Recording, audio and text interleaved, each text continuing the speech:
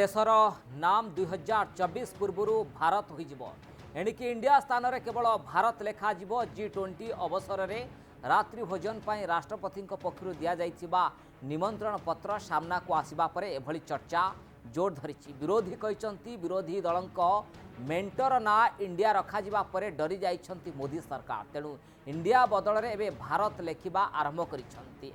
संघीय व्यवस्था उपरे आक्रमण बोली कहते आप सांसद संजय सिंह कहते भारतर संविधान में प्रथम वाक्य लेखा अछि इंडिया दैट इज भारत, हेले एहाकु बदलाई संविधान उपरे बड़ आक्रमण करा जाउछि। विरोधी मेंट को विरोध करिबा आଳରେ मोदी सरकार संविधान को परिवर्तन करने को योजना करुवा संजय सिंह अभियोग करिसेंती। कहा जाउछि संसदर स्वतंत्र अधिवेशन में संविधान संशोधन प्रस्ताव आनी पारंती मोदी सरकार।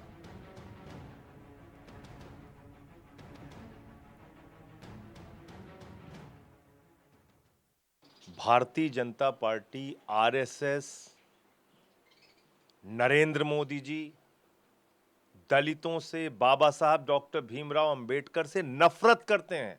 नफरत इनके दिलों में भरी हुई है। क्या लिखा बाबा साहब डॉक्टर भीमराव अंबेडकर ने? आर्टिकल की कॉन्स्टिट्यूशन का आर्टिकल 1 पढ़िए, पहली धारा, भारत के संविधान की पहली धारा में बाबा साहब डॉक्टर भीमराव अंबेडकर ने लिखा India that is Bharat shall be A union of states. ये किसने लिखा? बाबा साहब डॉक्टर भीमराव अंबेडकर ने। अब मोदी और भागवत जी को क्यों नफरत है बाबा साहब डॉक्टर भीमराव अंबेडकर से? क्यों इतनी घृणा इनके मन में भरी हुई है? भारत के संविधान के निर्माता ने जो लिखा कि India that is Bharat shall be A union of states, पहली ही धारा को आप बदलना चाहते हैं। यह इस देश के करोड़ों लोगों का अपमान है जो बाबा साहब डॉक्टर भीमराव अंबेडकर में आस्था रखते हैं, जो भारत के संविधान में आस्था रखते हैं। यह उनका अपमान है। और मैं मोदी जी को और भागवत जी को आगाह करना चाहता हूं कि बाबा साहब के सम्मान के साथ खिलवाड़ मत कीजिए, भारत के संविधान के साथ खिलवाड़ मत कीजिए। हमें नहीं पता था कि भाजपा वाले इतने कमजोर लोग हैं, इतनी जल्दी परेशान होकर। अभी तो चंद हफ्ते हुए हैं इंडिया नाम के इस गठबंधन को बने हुए, और आप खिलवाड़ करना आपने शुरू कर दिया।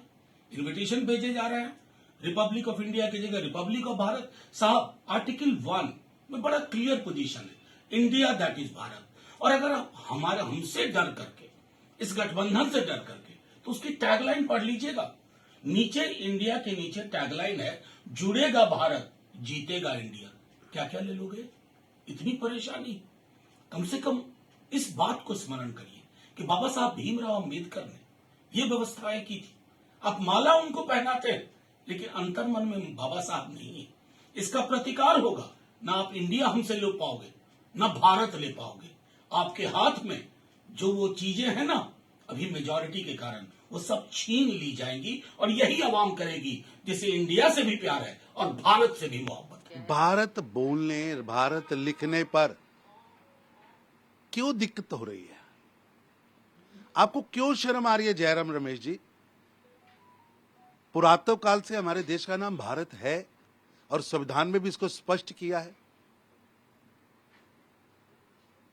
बेवजह जानबूझकर भ्रम पैदा कर रहे हैं, दुर्भाग्यपूर्ण है।